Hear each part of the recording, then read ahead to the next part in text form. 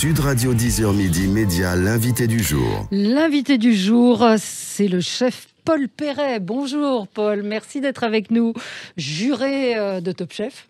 Bonjour Valérie, juré de Top Chef depuis l'année dernière, donc deuxième année.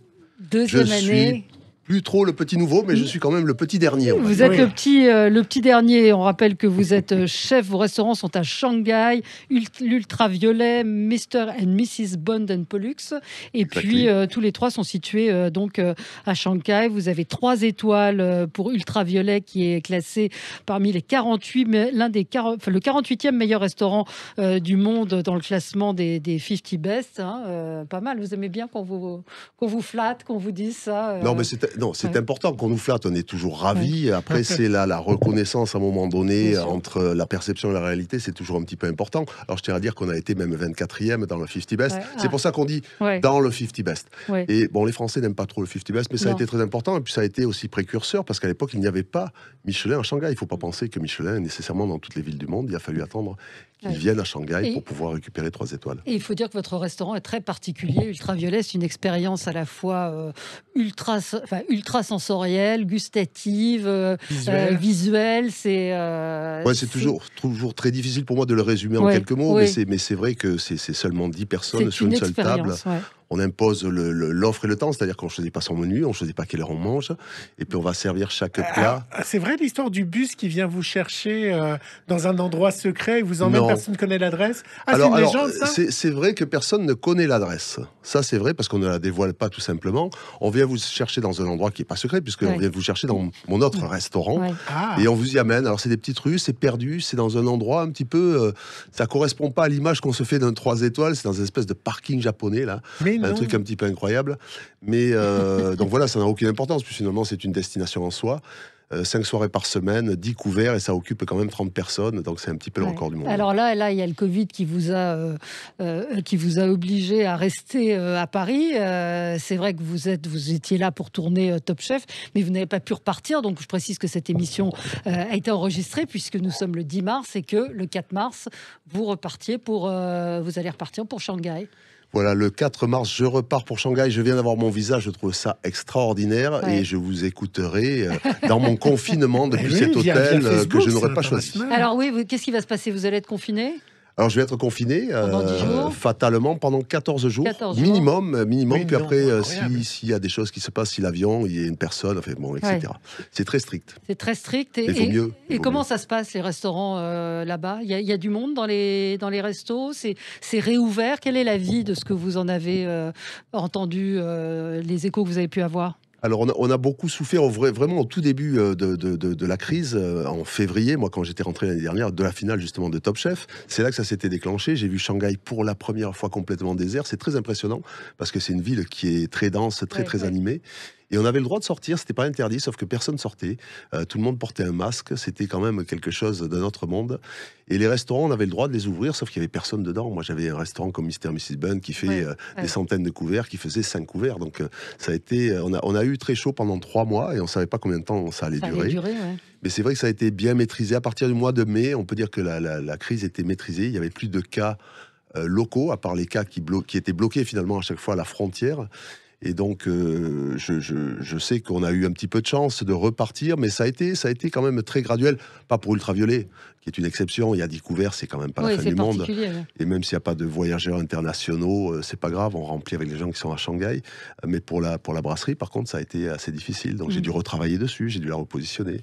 Voilà. Pourquoi vous êtes parti à Shanghai ? Vous êtes né à Perpignan ?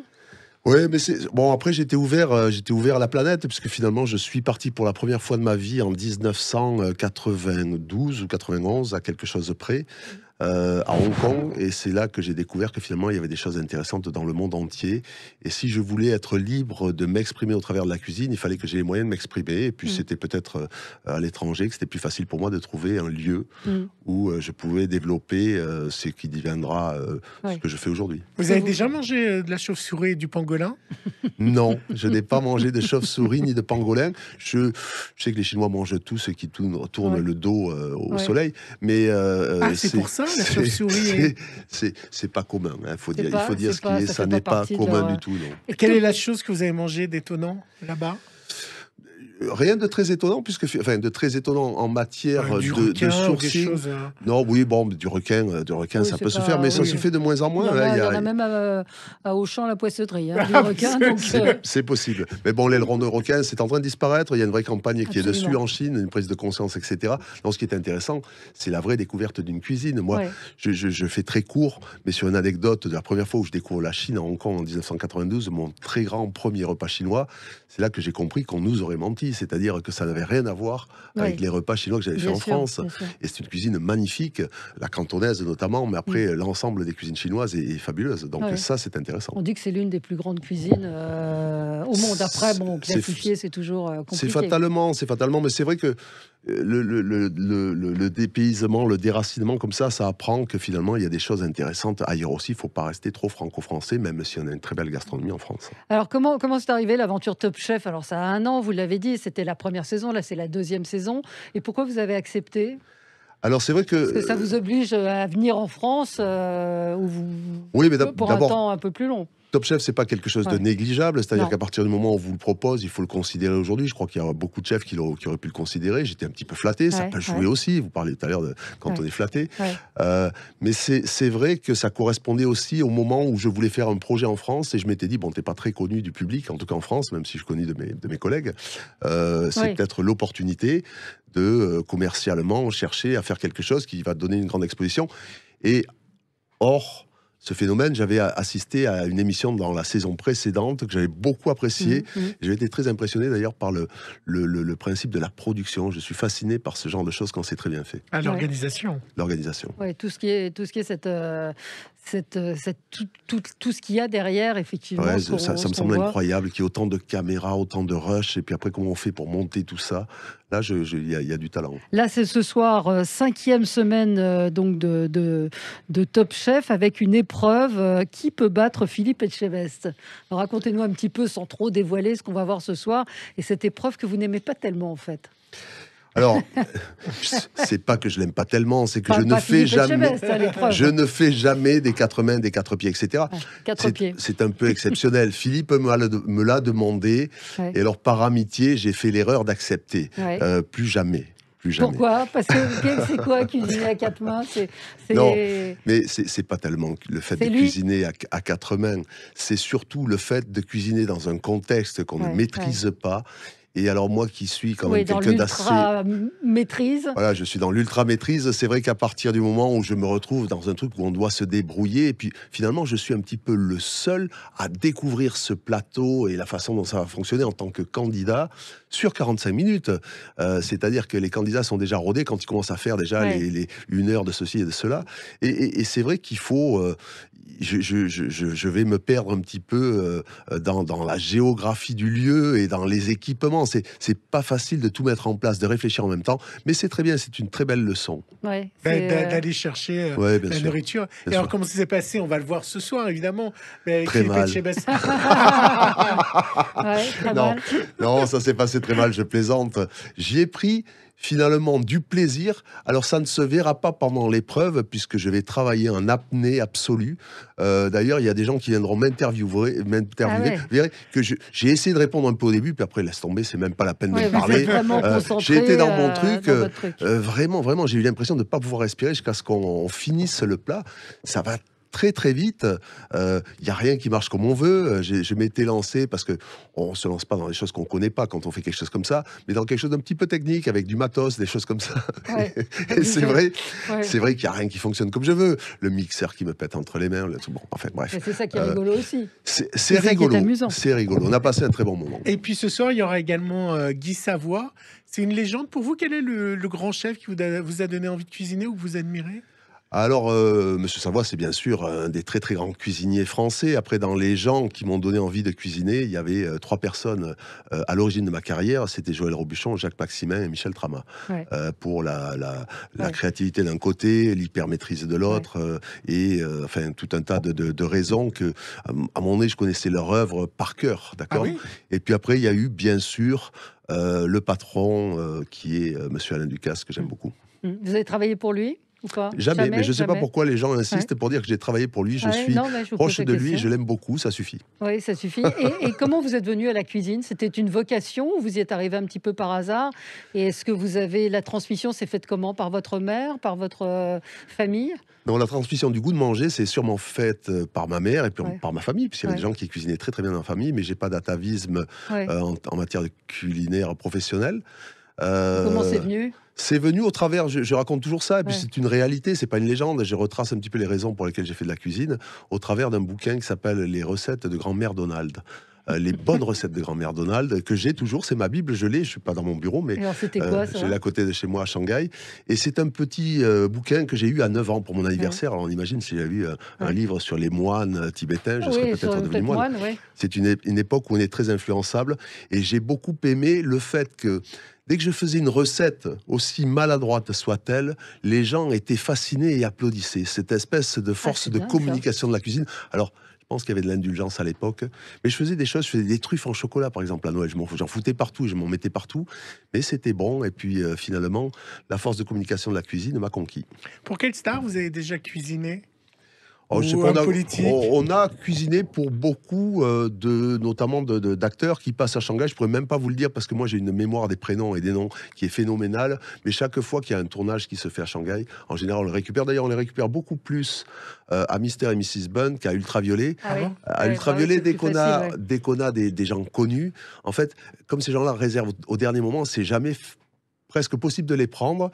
Donc, ce qu'on fait de temps en temps, quand on peut, on les prend en backstage. Parce que c'est quoi la liste d'attente ultraviolet? C'est 1 mois, 2 mois? Mais c'est-à-dire, la Ça liste coûte d'attente, combien? c'est 4 mois. On ouvre les réservations sur 4 mois seulement. On pourrait les ouvrir sur 6 mois, on serait quand même plein. Mais après, c'est une gestion des emplois du temps des gens. Donc, on ne veut pas les ouvrir plus que ça. Et puis après, on a la chance d'avoir une liste d'attente qui est assez conséquente, ce qui fait que dès qu'il y a un désistement, on peut remplacer pratiquement instantanément les personnes. Heureusement, d'ailleurs, parce que 10 couverts, si vous perdez 2 couverts, c'est 20% de votre chiffre d'affaires. Pour qui nos s'en va. auditeurs, ça, c'est des projections sur une table blanche et tout le décor. Il y a des projections Ouais, c'est partout, compliqué c'est à ça, hein. expliquer, C'est hein, compliqué c'est- à expliquer. Oui, c'est compliqué à expliquer, mais en même temps, c'est vrai que c'est peut-être la salle la plus dénudée du monde ouais. en termes de restauration, puisqu'il y a une table blanche et rien d'autre et des murs blancs. Et en fait, tout va se passer au travers de la projection de la musique. Le son est très très important, projection d'odeur également. Mais ce qui est très important de comprendre, c'est que ça n'est pas un divertissement. Au contraire, on a une forme d'image récurrente qui va venir en loop, comme ça, pour imprégner une atmosphère qui est dédiée au plat. Et ce qui force une concentration qui est très supérieure à un restaurant traditionnel. Ça, c'est intéressant. Ouais. Qu'est-ce qu'on vous dit dans la rue? Les gens vous arrêtent en France depuis Top Chef? Alors, finalement, assez peu. J'ai la chance de m'en aller au Ouais. moment où Top Ouais. Chef est en plein boom. Ouais. Après, quand je reviens, ils s'en souviennent pas. Et puis, on avait la chance cette année d'avoir les masques. Ah, Voilà. ouais. Alors, de temps en temps, effectivement, il y a des gens qui me reconnaissent. Ce que j'adore, c'est les petits. Je savais pas Ouais. que les petits, Ah, entre si, ouais. 4 ans et 8 ans, ils regardent. Puis, de temps en temps, ils sont là, ils marchent. Euh, Ils me montrent comme ça du doigt. D'ailleurs, de dire, je le connais. Ouais. Ça, c'est rigolo. Alors, vous savez quoi? Je suis allée regarder les recettes de grand-mère Donald.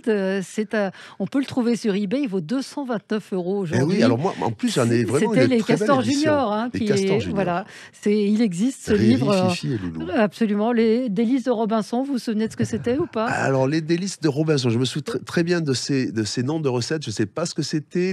Les truffes en chocolat s'appellent les cailloux du Vésuve. Ouais. Donc, il y en a quelques-unes comme ça. Je ne peux pas me souvenir de tout, même si à un moment donné, j'avais vraiment étudié. Il y a quelque chose qui est vrai. C'est que ce livre, qui était un petit peu iconoclaste à l'époque, parce qu'il avait été écrit pour des enfants, donc il n'était pas dans Ouais. la tradition des livres culinaires. Non, non. Et c'était un petit peu décalé. Ça a peut-être influencé la façon dont je vous avez travaille par la cuisiné. suite. Ouais, parce qu'il y a, et là, je vois, il y a des exemples qui sont donnés. Il y a le bain-marie, le beurre, la levure. Tout est très bien expliqué. Délices de Robinson, ça m'a l'air un petit peu curieux parce qu'il y a de la pomme de terre bouillie, des biscuits à la cuillère, du sucre, du beurre, du cacao et même du cognac. Vous vous rendez compte aujourd'hui si on mettait du cognac dans les livres pour enfants? Oui, Ouais. mais après, bon, c'était une autre Ouais, époque. c'était une autre époque. Si moi je viens chez monsieur et madame Bunn, vous me conseillez quoi? Allez, 2 plats. Alors, impossible, il y a 100, 120 plats à la carte. Il y a 120 il y plats en à a la eu carte 350, et encore, j'étais pas en forme, j'en avais écrit 1000. Là, il y Donc, a c'est pour 120 vous, plats. c'est pour vous dire. Dingue. Là, il y a 120. Il y a à peu près 120, on a beaucoup réduit. Mais c'est un restaurant un petit peu... ça a été calqué sur le modèle chinois. C'est-à-dire que quand je l'ai fait, j'ai voulu faire le premier restaurant occidental, français en l'occurrence, calqué sur le modèle chinois avec des déclinaisons. C'est-à-dire que je disais, les cèpes, ça va bien sur une côte de veau, mais ça va aussi bien sur une sole. Donc on va se retrouver avec une déclinaison, la sole en plusieurs recettes, etc. Et ça a très bien fonctionné avec ce principe de partage qui a beaucoup été d'ailleurs repris quand on a ouvert Mr. et Mrs. Bun. Et là, je viens de le changer. J'aime beaucoup. C'est encore plus 1950 avec des soufflets. On a fait, il y a 4 aquariums derrière un grand bar de 5 mètres avec des crabes vivants dessus, des homards vivants, etc. qu'on fait cuire au moment pour monter des seafood towers, comme on dit en français, les seafood towers, les plateaux de fruits de mer. Pyramides de fruits de mer. Voilà, il y a une chambre de mûrissement de viande, etc. Donc j'aime beaucoup Mr. et Mrs. Bun, mais c'est un restaurant très consensuel. C'est pas, il y a quelques recettes qui sont des recettes historiques de ce que j'ai fait pour marquer un petit peu la personnalité. Et après, il y a beaucoup de grands classiques. Vous avez été surpris par le niveau des candidats à Top Chef? C'est une réponse à laquelle vous répondrez pas non, mais quand même, il y a une forme de créativité qui est quand même assez impressionnante. Il y a surtout une forme de culture qui est impressionnante. Et c'est là qu'on est vraiment dans une autre génération. Et j'aurais presque aimé être de celle d'aujourd'hui et peut-être encore de celle de demain. Je ne sais pas comment ça va se passer. Mais je trouve que l'accès à l'information est fabuleux. On peut parler de ce qu'on veut. Je ne suis pas un fan des réseaux sociaux, mais je pense qu'ils apprennent beaucoup au travers de tous ces outils. Et du coup, ils ont une connaissance qu'on n'avait pas à leur âge parce qu'il fallait aller chercher les choses. C'était vraiment un ascétisme absolu. Moi, j'ai une grande collection de livres. J'ai lu pendant 10 ans pour apprendre. J'ai lu pendant 10 autres années pour savoir que je ne copiais pas. Et puis, je lis beaucoup moins. Mais aujourd'hui, la force de ces gens-là, c'est leur connaissance de ce qui se passe dans le monde. Mais c'est passé par une connaissance livresque, justement, votre apprentissage ? Mais beaucoup, c'est-à-dire dans les livres, dans les recettes, l'exemple... C'est le sujet de la passion, c'est-à-dire qu'à un moment donné, je me souviens avoir posé mon dernier livre qui était le portrait de Dorian Gray. Je n'ai plus lu pendant les 20 prochaines années que des livres de cuisine, parce qu'à l'époque, j'étais baigné, immergé dans la cuisine du matin au soir, je ne faisais que ça.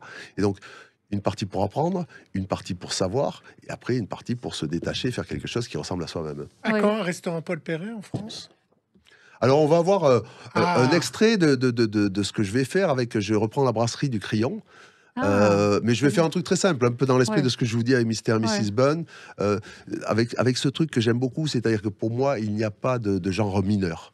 C'est-à-dire qu'un de mes rêves, c'est de reprendre les PMU. Vous savez, les PMU. J'adore les PMU, je dis PMU, j'adore ça, conceptuellement. Et les PMU, pour faire quoi ?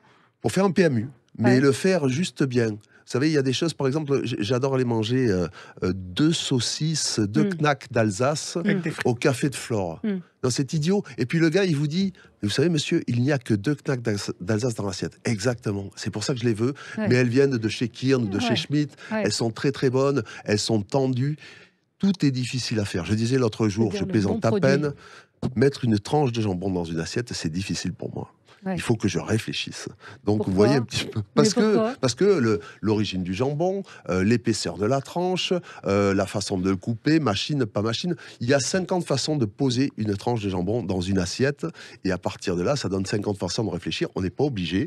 Mais quand on y réfléchit un petit peu, il y a des façons qui sont plus ou moins intéressante. Et on voit que ça change des choses, justement, la tranche, l'épaisseur de la tranche, la provenance, et que la présentation, la température, tout ça. Ça vous manque, les restaurants ? Forcément, mes restaurants me manquent. Et puis mais d'aller au restaurant. Alors, la torture absolue, rester à Paris, ce serait pas si mal que ça, finalement. Mais rester à Paris sans restaurant, ça, c'est dur, hein ? un grand dommage. Pour une fois que j'étais là, tous les restaurants ont fermé. Oui, Gilles. Non, mais moi je vais réserver ma place à Shanghai. À Shanghai et puis aussi à Paris, du coup, parce que vous nous avez fait cette annonce. La vie est sympa à Shanghai. Oui, mais la vie est sympa, mais vous savez, ma vie est quand même beaucoup dédiée à ce que je fais, et ça reste ma grande passion. Donc, ce serait sympa partout où je serai, où j'aurai un restaurant où vous pouvez à faire animer. Ce que vous avez envie de faire. Et il y aura une 3e saison pour Paul Perret dans Top Chef ? Je ne sais pas, c'est eux qui décideront. Je pense qu'il y aura sûrement une 3e saison. En plus, pour le coup, si j'installe un restaurant ici, il y a beaucoup de sens dans ce sens-là. Est-ce que vous reveniez ? On y a passé vraiment un très très bon moment. Après, c'est quand même de l'investissement, de l'implication. Vous restez en contact avec les candidats ?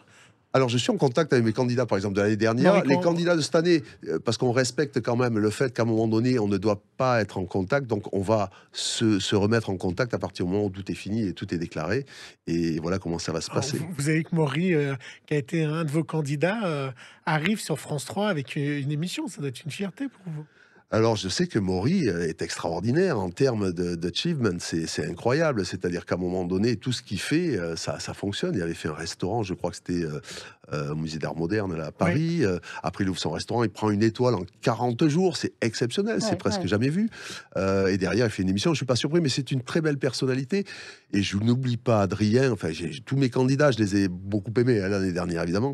Mais Adrien était aussi quelqu'un d'exceptionnel. Je ne doute pas qu'on va en entendre parler Oui, à un moment hors donné. micro, vous m'avez dit qu'il allait devenir une star de la cuisine, un grand chef. Ouais, faut pas le dire parce qu'après Non. il va prendre le Il va melon. prendre la tête, ouais. C'est ce qui me fait peur. Mais ça reste une personnalité exceptionnelle en cuisine. Je dis ça parce que j'en ai vu beaucoup et j'en ai vu très peu comme lui.